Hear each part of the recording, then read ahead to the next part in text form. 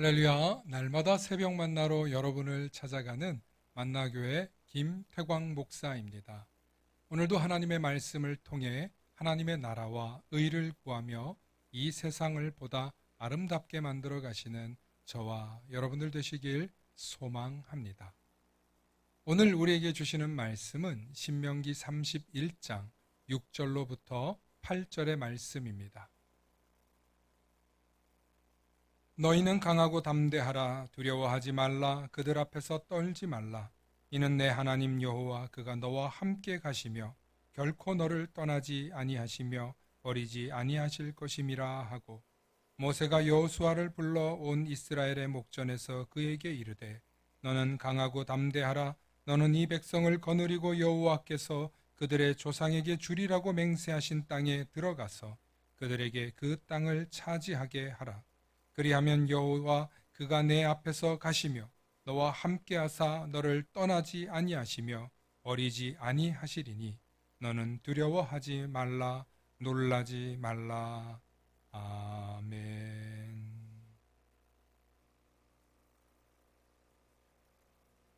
오늘은 현대인들의 가장 큰 질병이라는 제목으로 말씀의 은혜 나눌 때 하나님의 크신 은혜가 있기를 소망합니다. 현대인들이 가지는 가장 큰 질병, 질환이 있습니다. 그것은 바로 스트레스에 의한 정신질환입니다.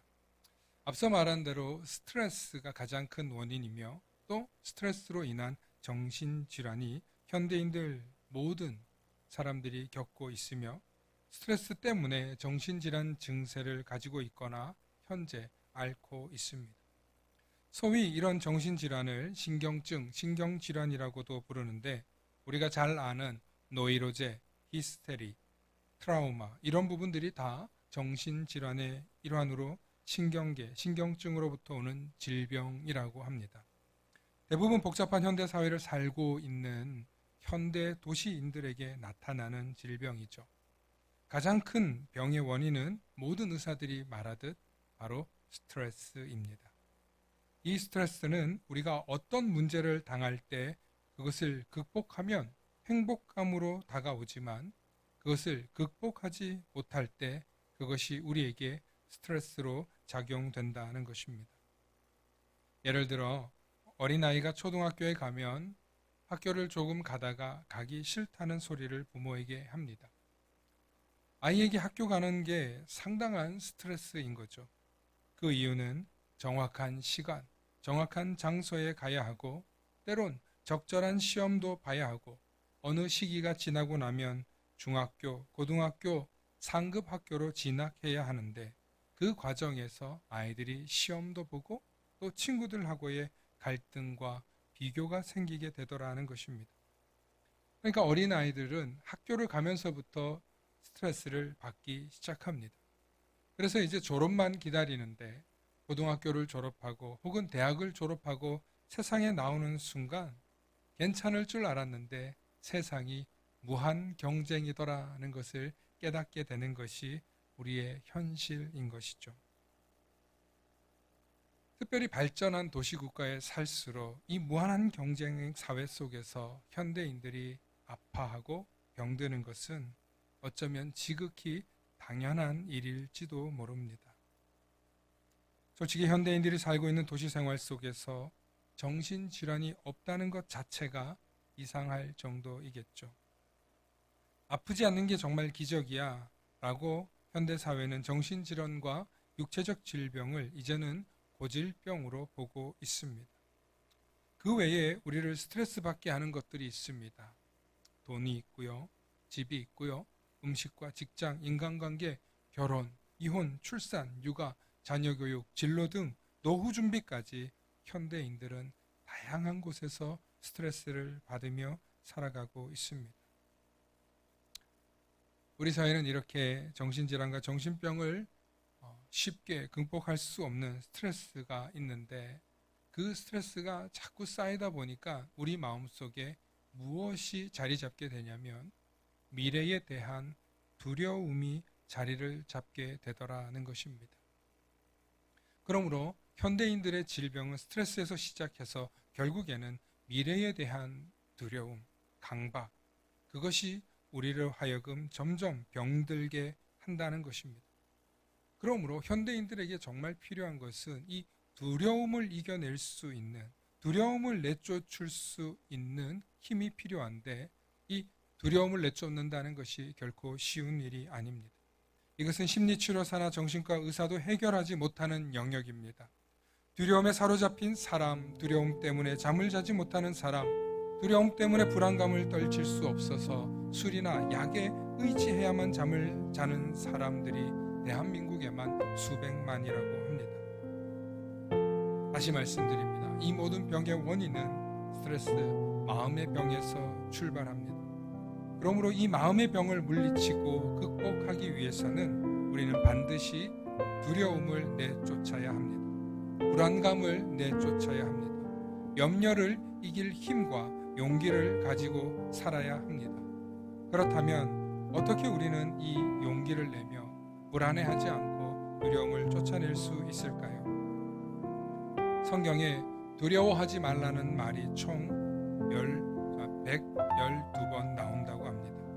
구약 성경에 91번, 신약 성경에 21번, 총 112회나 나오는데 그만큼 자주 쓰는 말이 두려워하지 말라, 불안해하지 말라, 염려하지 말라는 메시지의 성경입니다.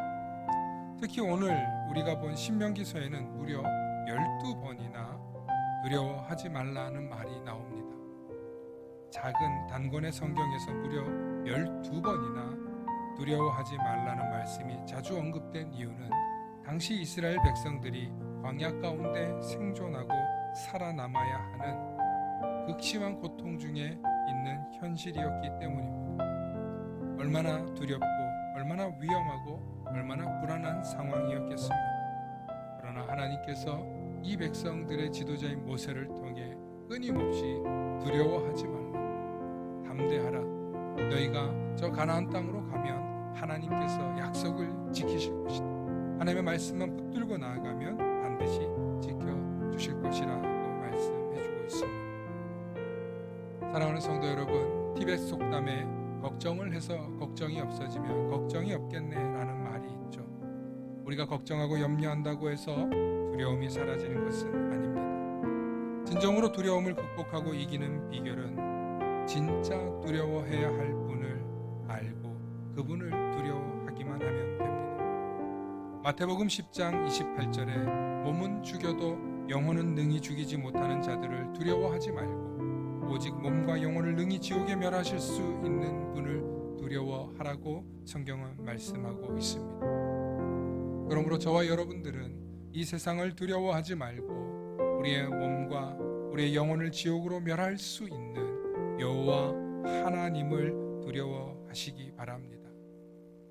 지혜로운 사람은 우리가 진정으로 두려워해야 할 분이 누군지 잘 알고 있는 사람이 지혜로운 사람입니다.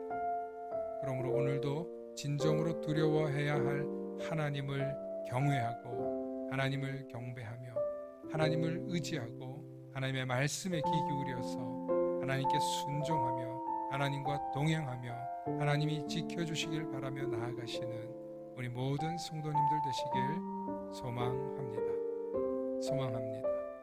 샬롬.